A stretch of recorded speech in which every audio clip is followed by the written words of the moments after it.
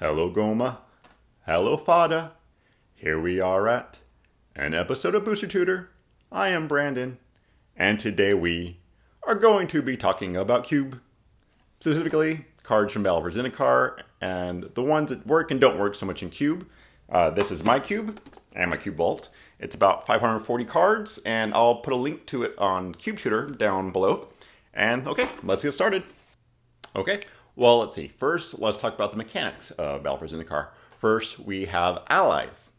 Sadly, allies don't work so well in Cube because, well, you need lots of allies. So unless you have a tribal cube, it's not going to interact very well. Let's see, then we have convergence. That's the one that has the more mana of certain type you put into a spell, the better the effect is.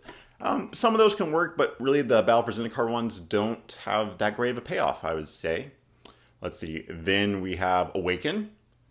Okay, Awaken's very cool. It's basically a spell, and if you pay more for it, you get a creature from your lands out of it. So like a creature or a land you have will become a creature of a certain power and toughness. The only problem with this is that the Awaken cards aren't that great either, and a lot of them are very slow, like at sorcery speed. Some are good, but I don't know if any of them are really good enough for Cube. Then we have Devoid, which Devoid is a fine mechanic. It's just your cards are colorless, basically.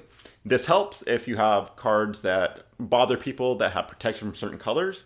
These cards can just take them out because they're colorless. The only problem there is, too, that they're not that great. I mean, there's maybe one good Devoid card. And, of course, there is Landfall. Now, Landfall is actually a pretty good mechanic. It's probably one of the best they've ever made. Not many of the cards that have Landfall in the set are that great, though, sadly. Zendikar had great landfall cards. This set, they're all okay. Basically, it's just put a land in play and this creature gets bigger. That's about it. Okay, now let's go over the specific cards. We'll start with white. Really, there's only two white cards I saw that would be good enough for Cube. Quarantine Field. XX white white enchantment. Quarantine Field enters the battlefield with X isolation counters on it. When Quarantine Field enters the battlefield, for each isolation counter on it, exile up to one target non-land permanent an opponent controls until Quarantine Field leaves the battlefield. Alright, so this is basically Oblivion Ring or Journey to Nowhere, that type of effect. It's an enchantment that removes other things. The problem is the XX in it, and the double white doesn't help either. At most, or at the best, you're going to get off at 4 converted mana costs, and that's going to get rid of one thing. That, not very good. Better part is you can put more mana to get rid of more things. So if you put white 4, you get rid of 2 things. So that's at 6 converted mana costs, you get to get rid of 2 of their permanents that aren't land. And then at 8, you get rid of 3. At 4 mana, this thing's not that great. At 6 mana, it's pretty good. But then they can also just get rid of this enchantment and then, well, you're kind of screwed. This white spell is okay. If you ran your cube, I don't think it'd be bad, but I don't know if it's that great of a card. And if you're going to put in your cube, I'd say put it at the 6 mana spot. Like at 4, it's just not good enough. At 6, it does a lot. So it's up to you. I don't hate it, but I also don't love it. Now, so the next white card, I love. Gideon, Ally of Zendikar. 2, white, Planeswalker Gideon, 4 loyalty.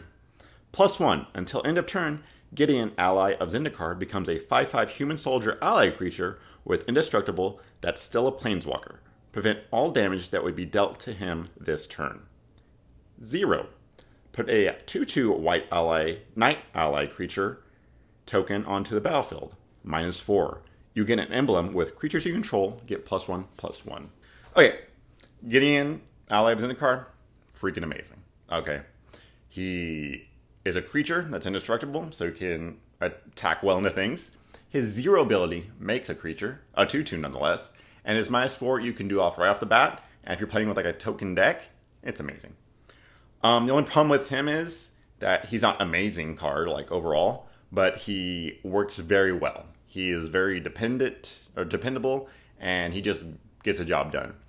The other problem is he is a white planeswalker, and there are a lot of good white planeswalkers, so you gotta make the room for him. I will be making room in my cube for him.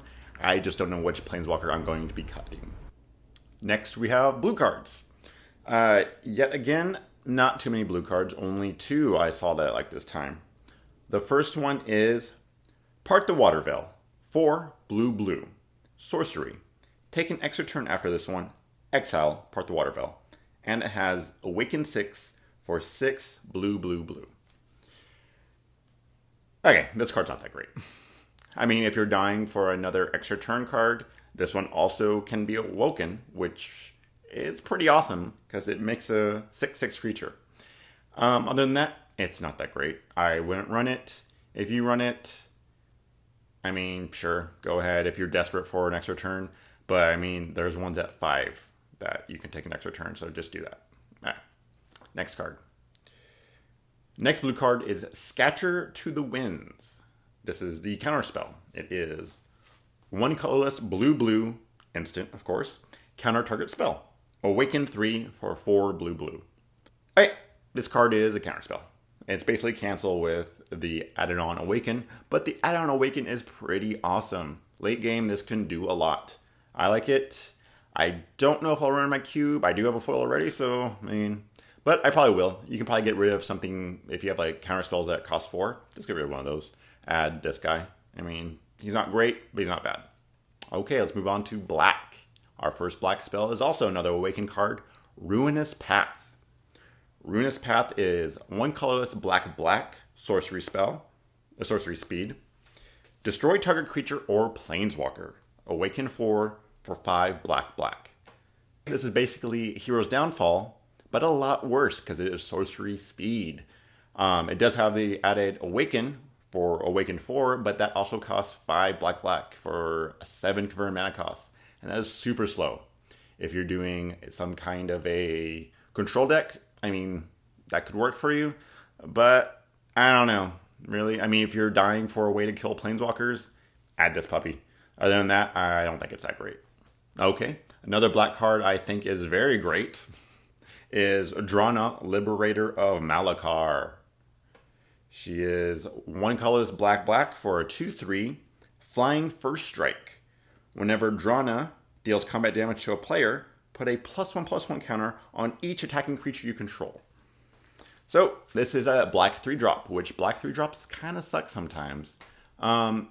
This one is pretty amazing though, especially if you're running like a black-white tokens or just a black beatdown deck.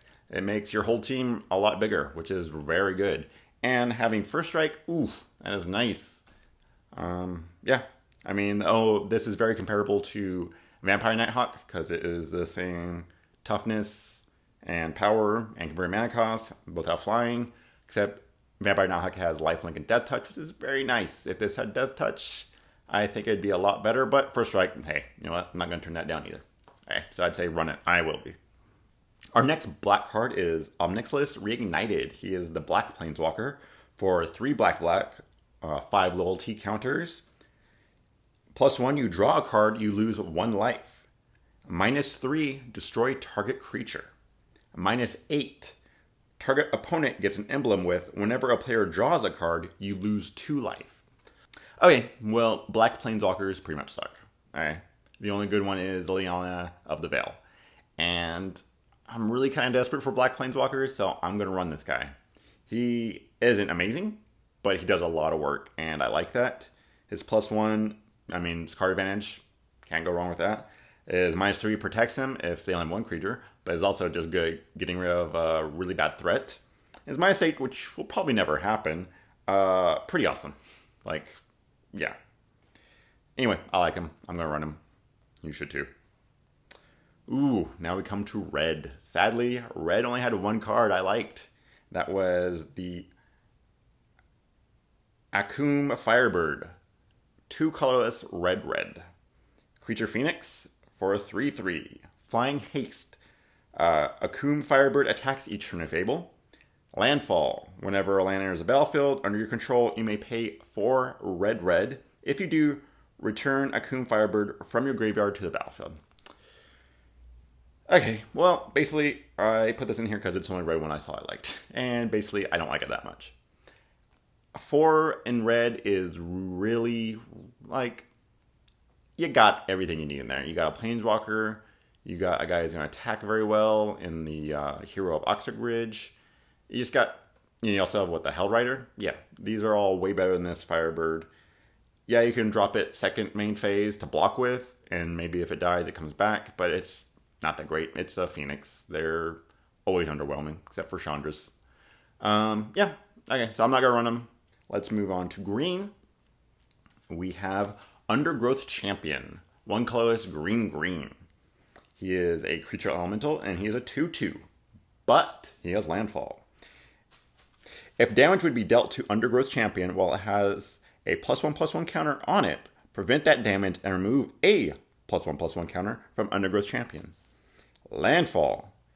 Whenever a land enters the battlefield under your control, put a +1/+1 counter on Undergrowth Champion. Okay, so this guy, he's a 3-drop, but technically he's a 4-drop because you want to play him, then drop a land so he can protect himself, basically. This guy sadly doesn't have evasion, but I can see him just being an overall really good creature that doesn't die to a lot of things. I'm thinking about running him. I'm not quite sure on him yet, because there's another green card that I'm definitely going to be running, and that is our next card, which is Green Warden of Murasa. 4 green green for a 5/4. When Green Warden enters the battlefield, you may return target card from your graveyard to your hand. When Green Warden dies, you may exile it. If you do, return target card from your graveyard to your hand. So this guy is basically 2 Eternal Witnesses.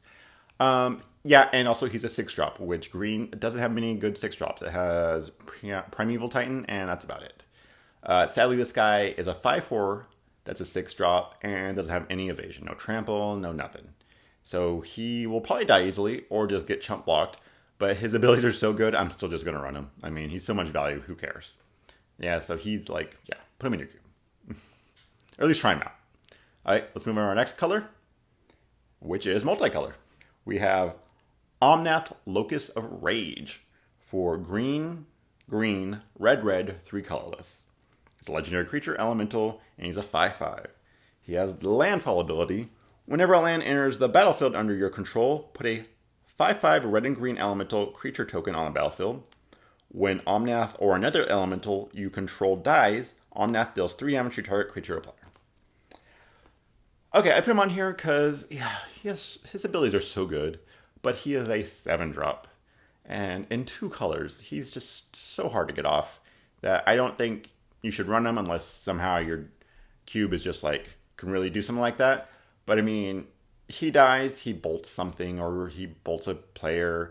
He makes an elemental and it dies, he bolts. Like, he does so much work, but he's just 7-drop. I mean, a 7-drop that doesn't do anything right when it comes to play, it's really hard to justify that in a cube. But he looks like he's a lot of fun. Let's move on. Our next one is Brutal Expulsion. 2 colorless, blue-red. This is an instant with Devoid, which means it's colorless. Choose one or both. Return target creature or spell to its owner's hand. Brutal Expulsion deals 2 damage to target creature or planeswalker. If that permanent would be put into a graveyard this turn, exile it instead. Okay, so this spell is not that great.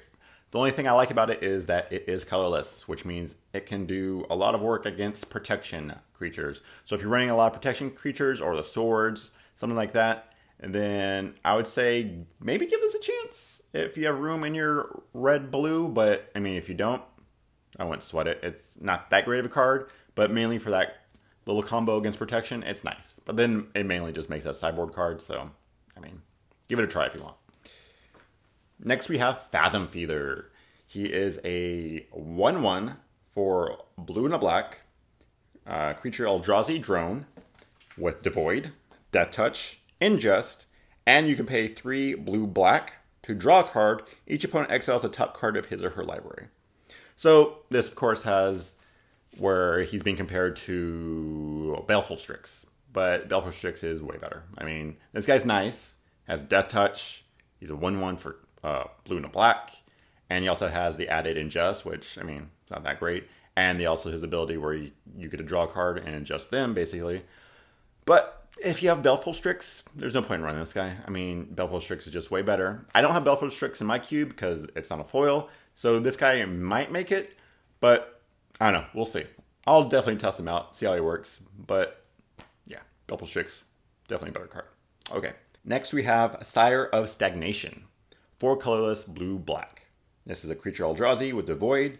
Whenever a land enters the battlefield under an opponent's control, that player exiles the top 2 cards of his or her library, and you draw 2 cards. Oh yeah, and he's a 5/7, which is pretty good. Okay, so this guy, I've drafted with him. He's nice, he's very cool, but he's not great for cube. He's a 6-drop that doesn't do anything when it comes into play. You have to wait for your opponent to drop a land, which they can just be like, nah, I'm good. And yeah, so sorry, I just want to tell you that he's not really good enough for cube. All right. Okay, here we go. Another Planeswalker. Kiora, Master of the Depths. 2 colorless, green, blue. Planeswalker, Kiora. 4 loyalty. +1. Untap. Up to 1 target creature and up to 1 target land. -2. Reveal the top 4 cards of your library. You may put a creature card and or a land card from among them into your hand. Put the rest into your graveyard. -8. You get an emblem with whenever a creature enters the battlefield under your control, you may have it fight target creature. Then put 3 8/8 blue octopus creature tokens onto the battlefield. Okay, so I don't run Kiora in my cube because I just never got her. But now there's this one, I'll probably throw this one in there. Basically, it's up to your cube which Kiora you want to run. Both of them, probably not. They're a little different. This one's mainly about creatures, I feel like, with its +1. So if you have a lot of creature or creature strategy in blue-green, I'd say run this one. If you don't, maybe run the other one. But yeah, definitely this card is very good for cube, so you should run either one. All right. Okay, let's move on to Colorless. We have first up Oblivion Sower. He's 6 mana. He's a creature Eldrazi. When you cast Oblivion Sower, target opponent exiles the top 4 cards of his or her library. Then you may put any number of land cards that player owns from exile onto the battlefield under your control. He's a 5/8. I don't know about this guy. I like him. I would like to test him. I've liked him in drafts and stuff so far. He does a lot of work. He's good at ramping things. But I don't know if it's 6 mana you really need to ramp too much. And he's also has like no trample, no evasion or anything. He's just a big dumb 5/8. But I like him. I'd like to try him. We'll see. Okay, let's move on to our next colorless card, which is Ulamog, the Ceaseless Hunger. He has 10 mana. Legendary creature Eldrazi. He is a 10/10. When you cast Ulamog, the Ceaseless Hunger, exile 2 target permanents. Indestructible. Whenever Ulamog attacks, defending player exiles the top 20 cards of his or her library. Okay, so is this guy too good for cube? I don't know about that. I have a little bit of mill in my cube, and it seems to work out fine. This guy's a lot of mill. He has 20 cards, but also you have to pay 10 mana to get him out there, or you could try and sneak him in. Either way, I don't think he's too broken. I think he will do fine in cube. Probably maybe take out the other Ulamog. I don't know. It's up to you. Maybe keep both. Maybe just keep your old one. I'm going to try him out, see how he does. His casting and exiling 2 permits, that's really just crazy bonkers. Yeah, so yeah, I'm going to run him. Okay, let's move on to our next card, which is Hedron Archive. Okay, this is 4 mana for a artifact that has tap, add 2 to your mana pool, pay 2, tap it, sacrifice Hedron Archive, draw 2 cards. Okay, this is a really good card for ramping, and later on if you have too many lands, hey, you know what? I don't need a ramp anymore. I'm just going to sacrifice this and draw 2 cards. So, I mean, just throw it in. Yeah, I mean, I'm going to. Maybe you have another 4 artifact that does ramping.